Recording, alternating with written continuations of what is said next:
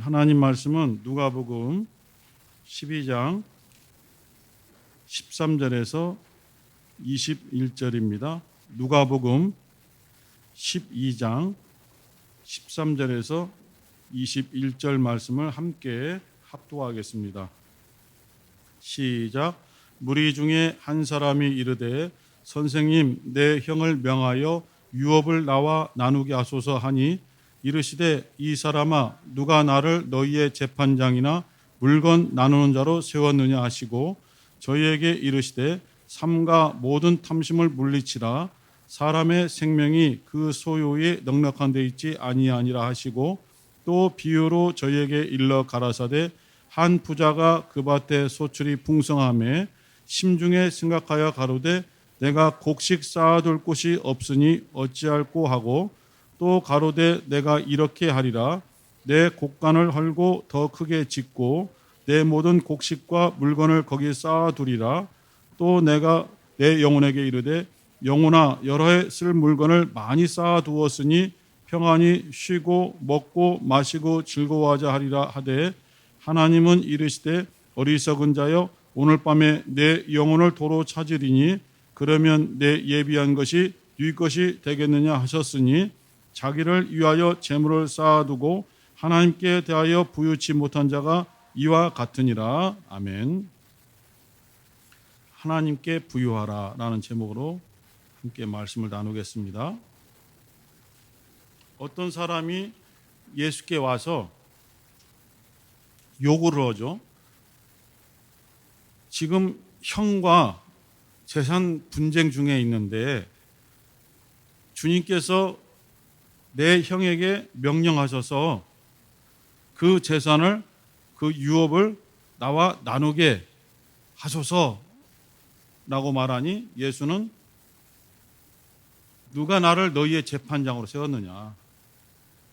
너희들은 모든 탐심을 물리치라. 이러한 내용을 말씀을 주셨어요. 그 유대인 율법에 의하면은 형은 동생의 재산의 2배를 갖게 되어 있어요. 2배. 우리가 볼 땐 불공평하지만 하나님이 그렇게 정하셔서 장자는 소유권, 특별히 땅에 대해서는 동생보다 2배 면적의 땅을 갖게 되어 있어요. 지금 이 사람이 어떤 형편에 처해 있는지 자세한 사항은 나와 있지 않습니다. 그런데 주님께서 이 사람의 말을 듣고 너 탐심을 물리치라 이렇게 말씀하셨거든요. 주님께서 탐심을 물리치라라고 말했다는 것은 그 사람이 율법에 정한 자신이 받아야만 되는 몫을 받았다는 거죠. 받았는데 더 욕심을 부리고 있다는 것을 알게 된 거죠. 탐심, 욕심이 무엇입니까? 내 것이 아닌 것을 갖고 싶어하는 마음이잖아요. 그것을 가지려고 막 이 안에서 막 들끓어 오르는 그것이 탐욕이고 욕심이라고 볼 수가 있죠. 이 사람은 분명히 정당한 어떠한 대가를 받았을 것이고 아주 궁핍하거나 억울한 상황에 처한 것은 아니라는 거죠.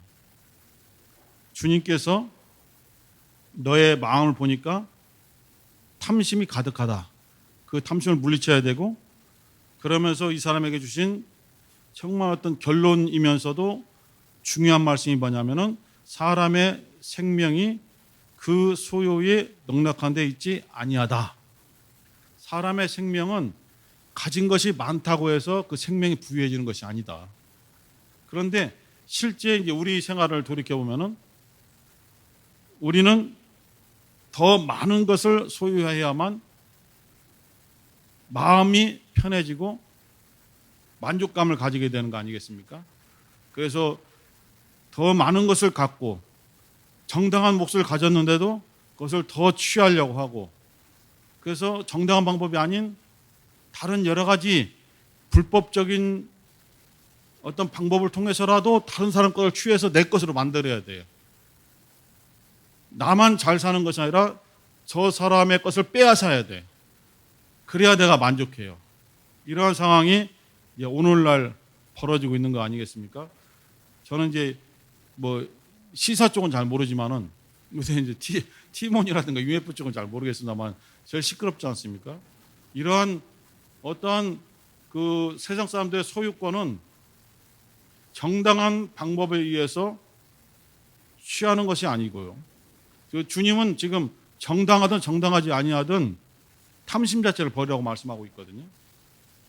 그러면서 이제 비유를 말씀하시기를 그 밑에 있는 우리가 잘 알고 있는 어리석은 부자의 비유입니다. 주님께서 이 어리석은 부자를 처음부터 탐심을 가진 자라 이렇게 딱 정의를 하고 시작하는 거예요.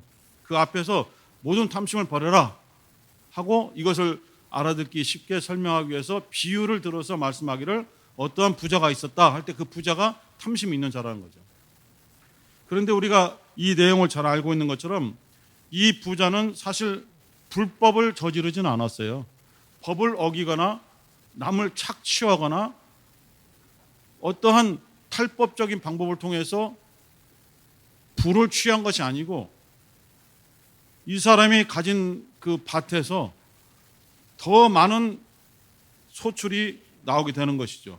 16절에 보니까 예수께서 말씀하기를 한 부자가 그 밭에 소출이 풍성하매라고 했습니다.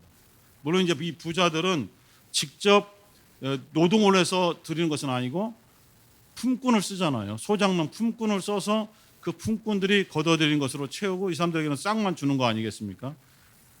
그런데 보통 때보다 올해에 그 걷어들인 소출이 너무 풍성하다는 거죠.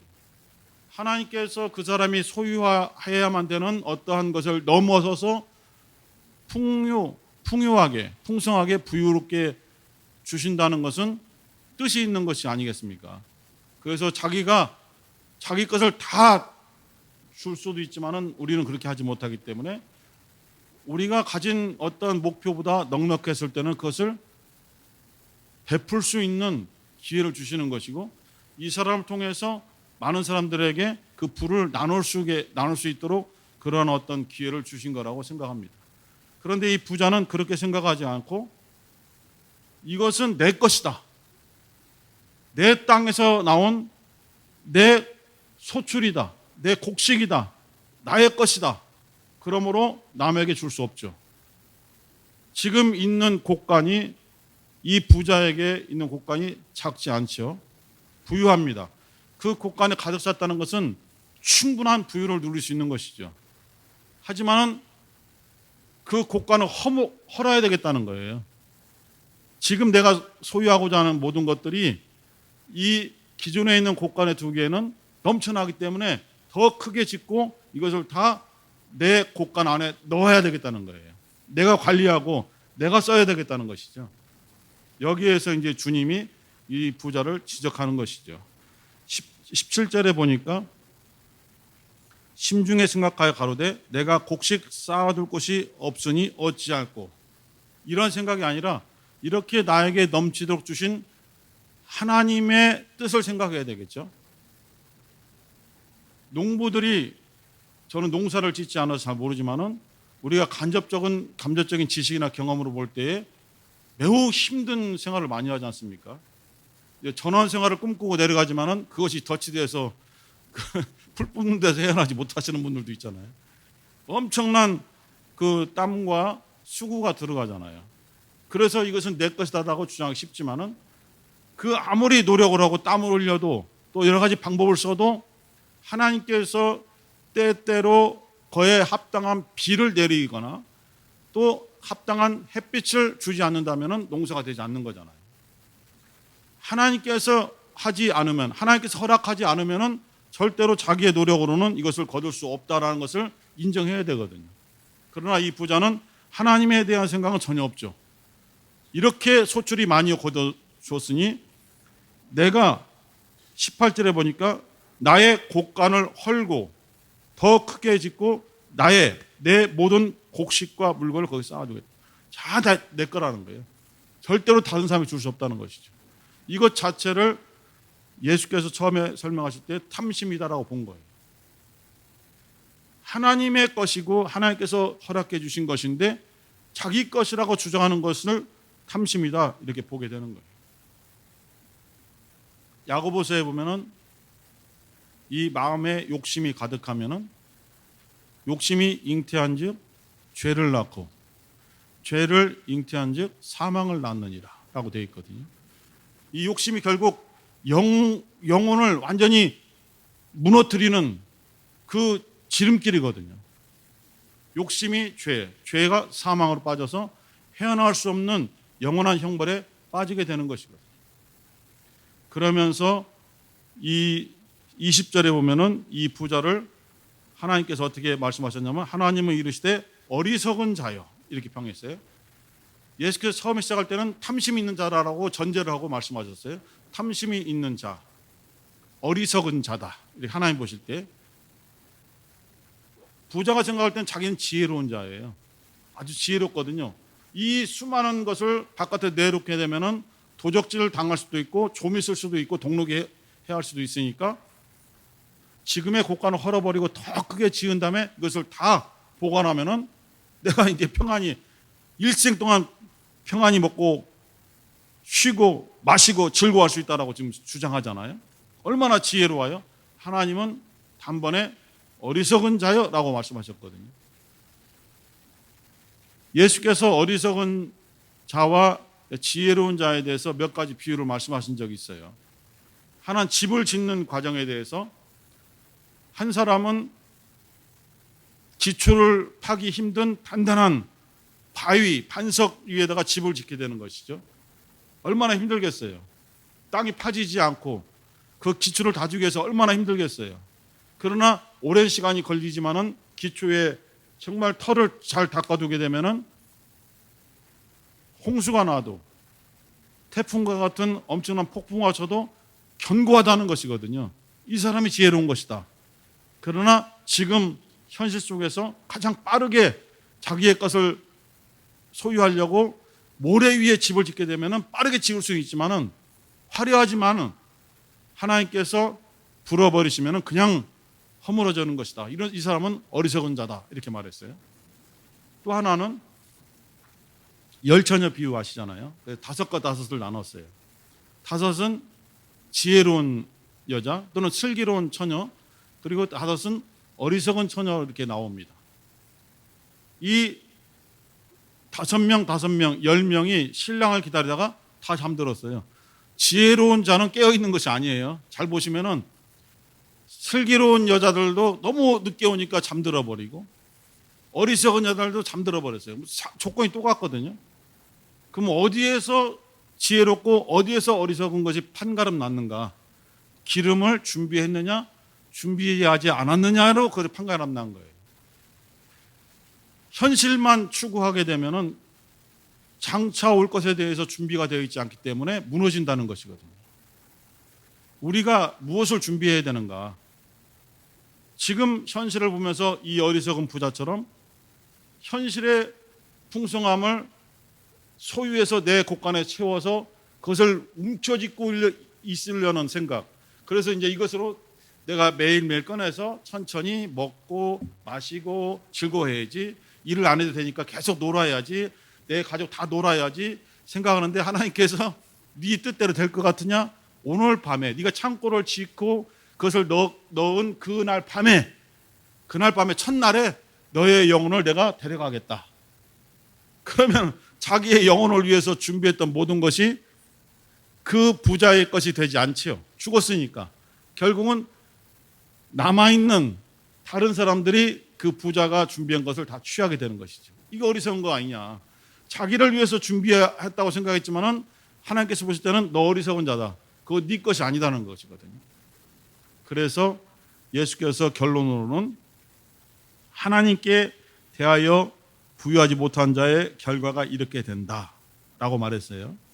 결국은 하나님께 부유하라는 것이거든요. 그것은 어떤 뜻을 가지고 있는가? 현실에서 현실의 것을 움켜쥐려고 뭔가 지혜나 계획을 세우지 말고 장래에 내가 예측하지 못한 그 장래에 내가 고난을 당하지 않도록 지금 준비하는 것이 지혜로운 것이다라는 것을 예수께서 이 비유를 통해서 가르쳐 주고 있는 것이거든요. 우리 앞에 어떠한 일이 생길지, 어떠한 수렁이 파여 있을지, 또 어떠한 산들이 가로막을지 전혀 알 수가 없는 것이죠.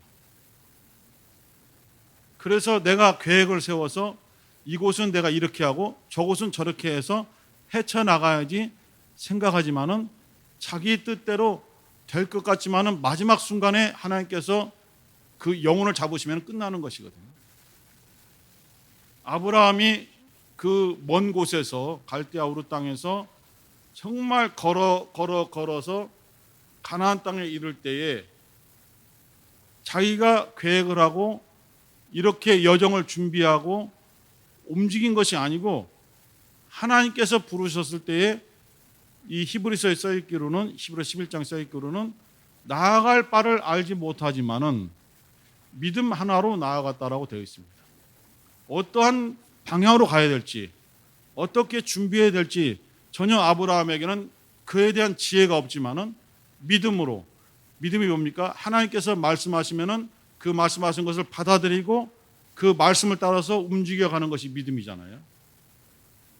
그 창세기 12장 4절에 아브라함이 그 말씀을 조차 행하였더라 이렇게 되어 있거든요.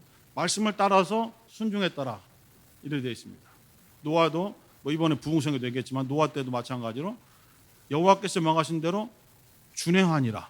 다 방주짓기를 내 생각에는 이러한 소재, 이러한 것들로 채워서 만들면 더 잘 될 수 있다 생각하지만은 그렇게 하지 않고 하나님께서 이곳에는 역청을 바르고 이때는 이렇게 하고 이렇게 해서 만들어 놨을 때 그대로 준행하는 것이죠. 이것이 바로 믿음이라는 것입니다. 이 부자는 내 29절에 보니까 내가 내 영혼에게 이르되 영혼아 여러 해 쓸 물건을 많이 쌓아두었으니 평안히 쉬고 먹고 마시고 즐거워하자 이런 주장을 했거든요. 이것에 대해서 예수께서 다른 곳에서 말씀하기를 우리 마태복음 24장 잠깐 보시겠습니다. 마태복음 24장 37절에서 39절까지 마태복음 24장 37절에서 39절까지 함께 읽겠습니다. 시작. 노아의 때와 같이 인자의 임함도 그러하리라.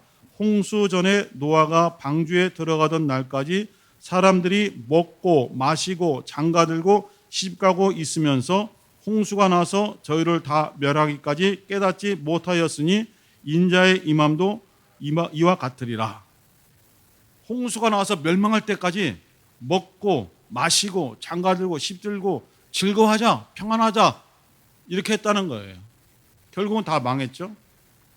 이것이 지금 예수께서 가르쳐 주신 어리석은 부자. 아까 그 부자가 똑같은 거예요. 자, 쌓아두었으니 이제는 내 영혼아 먹고 마시고 평안하자 즐거워하자 이렇게 말한 것과 노아 시대 때에 홍수가 임해서 죽어가는 그날까지도 바로 그 직전까지도 계속 먹고 마시고 즐거워한 거예요. 다 멸망했죠. 근데 노아의 가족은 살아났거든요. 왜 살아났습니까? 준비한 거죠. 뭘 준비해요? 하나님의 말씀을 믿고 그 믿음으로 이 홍수가 임하는 그것을 이겨낼 수 있는 하나님의 지혜를 받아들인 것이 준비죠. 슬기로운 다섯 처녀도 준비했잖아요. 기름을 준비해서 혼인잔치에 들어갔잖아요. 이렇게 지금 당장의 것을 가지고 만족하거나 평안하고 먹고 마시고 즐거워하자라고 주장하는 것보다는 지금은 조금 부족하지만은 장래에 어떠한 일이 임할지 주님이 임하실 때에 내가 준비되어 있는지 그것을 깨닫고 정말 근신하면서 자기의 영혼을 준비해야만 어려운 고난과 그 환난을 능히 이겨나갈 수 있다. 이런 메시지를 주신 거죠. 물론 뭐 하나님께 부유하라니까 오늘 뭐 11시 예배처럼 황금에 대한 말씀도 될 수도 있지만은 그러한 의미도 있지만은 사실은 자기의 영혼을 이렇게 철저하게 준비해 가는 것이죠. 부자가 생각하고 부자가 계획한 그 준비 방법은 하나님께서 보실 때 어리석다라고 분명히 판단했거든요. 우리의 생각, 우리의 지혜, 우리의 계획이 그럴듯한데 해도 하나님 보시기에는 어리석다라고 판단할 수 있기 때문에 항상 하나님께 물어야 되는 거예요. 하나님께 여쭤야 되는 거예요. 기도함으로써 지금 나와 우리 가족, 우리 자녀들 이런 환경 속에서 이런 방향으로 지금 나아가고 있습니다. 우리는 이렇게 나아가고 있고 내 자녀들은 이러한 비전을 갖고 이런 과정들을 준비해 가고 있습니다. 이런 사람들을 만나고 있습니다. 이런 환경에서 다음 단계로 넘어가려고 계획하고 있습니다. 를 자기 생각으로 계획하고 준비하고 열심을 내는 것도 중요하지만은 하나님 앞에 묻는 거죠. 하나님 앞에 지혜를 구하는 겁니다. 그래서 하나님께서 네가 자꾸 너의 생각대로 주장하면 너 어리석어. 그러니까 내가 너에게 맞는 지혜를 줄 테니까 이것을 받아들이기 바란다. 그게 뭡니까? 그게 믿음이죠. 그래서 하나님께 열려있는 영적인 귀가 필요하다는 것이죠. 하나님께 열려있는 우리의 마음이 필요하다는 것이죠. 이 마음이 하나님께 대해서 열려 있어야만 하나님께서 우리를 인도하시는 것을 민감하게, 영적으로 민감하게 깨달을 수 있어요. 그걸 다른 말로 영감이라고도 하고 온전한 믿음 생활을 하고 있다라고 말할 수도 있죠. 우리의 미래가 잘 보이지 않잖아요. 우리 20대 청년들도 있지만은 계획이 보이질 않거든요. 항상 그랬어요. 나는 지금 이 환경 속에서 벗어날 수 있을까? 나의 장래가 어디로 가는 것일까? 계속 생각만 하고 있는 거예요. 준비하고. 그러나 그것이 보이지 않을 때는 우울감에 빠지게 되고 환경과 여러 가지 조건에 억압이 되게 되고 그래서 어떤 때는 스스로 고립된 친구들로부터도 고립되고 환경으로부터 고립돼서 나만 존재하는 거, 나만 뒤떨어진 것 같은 느낌을 가질 때도 아주 오랜 기간이 있었어요. 청년 때. 하지만 지나고 거꾸로 생각해 보니까 내가 헤쳐나가는 길이 아닌 하나님께서 보여주시고 하나님께서 지혜를 주셨을 때에 명확하게 깨닫지는 못했지만은 그 지혜의 손길을 붙잡은 것이 오늘 되돌아보니까 이것이 옳았다라는 것을 하나님 앞에 성도 앞에 고백할 수 있는 것이죠. 지금 당신은 모르지만 지금 현재 오늘 이 시간에도 우리가 어떻게 나아갈지 우리의 꿈과 계획은 있지만은 하나님이 원하시는 꿈이고 하나님께서 원하시는 방향이냐라고 우리는 아무도 자기 입으로 말할 수 없는 거예요. 하나님께서 그것이 옳아. 내가 너에게 지시한 방향으로 너는 잘 가고 있어. 고난이 와도 흔들리지 말고 내 말을 의지하면서 한 걸음 한 걸음 다가오길 바란다. 도와줄게. 쓰러져 있으면 너를 일으켜 줄게. 너희가 다리에 힘이 없으면 힘을 줄게 하면서 하나님은 우리에게 계속 메시지를 주시지만은 우리가 하나님 말씀을 듣기 싫어하면 안 들리는 거예요. 하나님께 대해서 난 내 뜻대로 살 거예요 하면은 하나님께서 배려해 주신 모든 것들이 하나도 내가 느껴지지 못하는 거예요. 하나님은 사랑하는 예수의 피를 통해서 구속받고 하나님의 자녀가 된 성도들을 정말 사랑하시고 한 사람에게도 소홀히 여기지 아니하시고 다 그 사람의 영혼을 위해서 그 사람의 인생의 앞길을 위해서 철저하게 준비하고 계신다는 거예요. 우리가 이 시간 하나님께 기도할 것은 어떻게 해야 하나님께 부유합니까? 하나님께 부유하라라고 메시지를 주셨는데 어떻게 생각하고 어떻게 결단해야만 하나님께 부유할 수 있는 것입니까?를 물어야 되는 것이죠. 함께 기도하면서 하나님 아버지 내가 어떻게 행해야 하나님께 부유하다고 할 수 있겠습니까? 내가 나아가는 길이 이 길인데 어떻게 해야 하나님의 도움을 받을 수 있습니까? 하나님의 지혜를 내가 깨달을 수 있습니까? 이것을 도와주시고 나를 붙잡아 주시고 내 인생의 앞에 있는 모든 길을 한 걸음 한 걸음 인도해 주옵소서. 우리 주여 한번 부르시고 기도하겠습니다. 주여.